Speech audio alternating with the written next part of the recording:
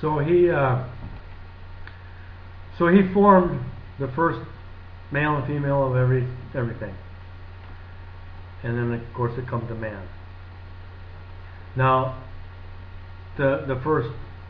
Now he already created man, okay, as thoughts. Everything about that first man was in his thoughts. Now he didn't use his first created people, the Word. He didn't use them right away. He used the people he knew were going to sin. And that was Adam and Eve. Well, there's no name in God. Of course, names weren't important to him. But this Adam was first formed in the flesh. And then, of course, Eve came later. And the reason Eve came from his flesh is because he created all the former sinners, people he knew would sin. He formed them, or he created them, both male and female. Not for this age, but for the next age in paradise. Because this age, the first Adam and Eve were okay. They're the ones that had to mate and have children. Well, it's those people that got both genes of the male and the female, and they didn't develop into two people, into two bodies, because God didn't want that for this age. Okay, he's only judging our flesh. You know, it's only a limited thing. Some of us didn't even make it out of the womb. A lot of children were aborted, and yet they still go to paradise. So everything, all the information's there in the thoughts. That's who we are. So when Adam was formed in the body, God, that says he breathed life into Adam's nostrils. Well, that was his thoughts. That was only thoughts. You know, that was that's not what God did. Okay, he didn't go and blow, because God's invisible. How is he going to blow into life into Adam's nose? You know, that's just symbolic. All the creation story is symbolic, by the way. You have to have the knowledge to understand it. And then you just retell the story. You don't need to go and try to figure out each word. You just look at it and see it, and then God builds the story for us. So I can tell the story in many ways. Doesn't make any difference. I probably tell the creation story different every single time. So anyway, Adam got life going. Now he's got these thoughts. Wow, I'm living. You know, I'm living. But he couldn't say anything. He couldn't say that. He understood he was in a body. But now this is when God guided him to go name the animals and the forest and the trees and everything around him. Go name everything. Why? Because he needed a language to speak. Otherwise he wouldn't have had nothing to say.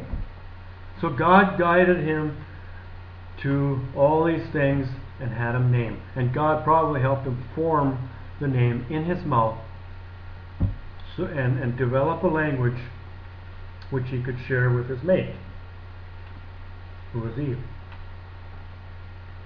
And that's how it worked.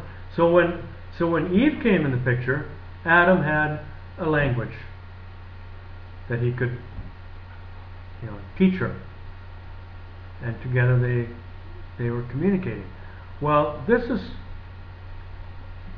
when it happened that they started sinning. He had a mate. Wow. Oh, and they start talking, and they start getting excited together. And eventually they lost interest in God. They become interested in themselves, in their thoughts. The sins start kicking in. They started, ignoring Him. And, that's what happened. They just started sinning. Totally forgot about God. Now what it says in the Bible, the story, it says, it's worded, but it's just that Moses, when he got the understanding and he wrote it down, it's written in words. It doesn't mean Adam and Eve were getting told these things by God. They just wandered off from God, thinking with their sinfulness. And, they just, for the next several hundred years, until the flood came, there wasn't anybody that could think with the truth. They were all caught up in this selfishness, in their sins. So, what happens is this is life. These thoughts are life. Okay? And the life comes from the Word. The power. This light energy. It makes things live. Now the human body itself can't live. And we notice that. When the person's dead, they're dead. They can't move. They can't talk. They can't do anything. That's because they don't have their thoughts anymore. Their thoughts are, that's it. God has pulled the plug on that person. It's all part of the deception He wanted.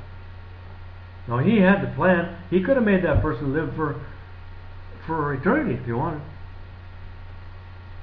But He put an age limit because He didn't want everybody to live 1,000 years, 2,000 years, and things like that. He just needed a certain amount of time for Him to judge that person, whether they're going to be in the kingdom, get His love, and or to they're going to go on as a sinner and die as a sinner. That's all that was about. So these thoughts that we have is our life. That's our energy. We get everything from these thoughts. So when we say we don't believe in God, you're a liar. You're an absolute liar. Because God is in you. You wouldn't exist if it wasn't for God. You couldn't talk.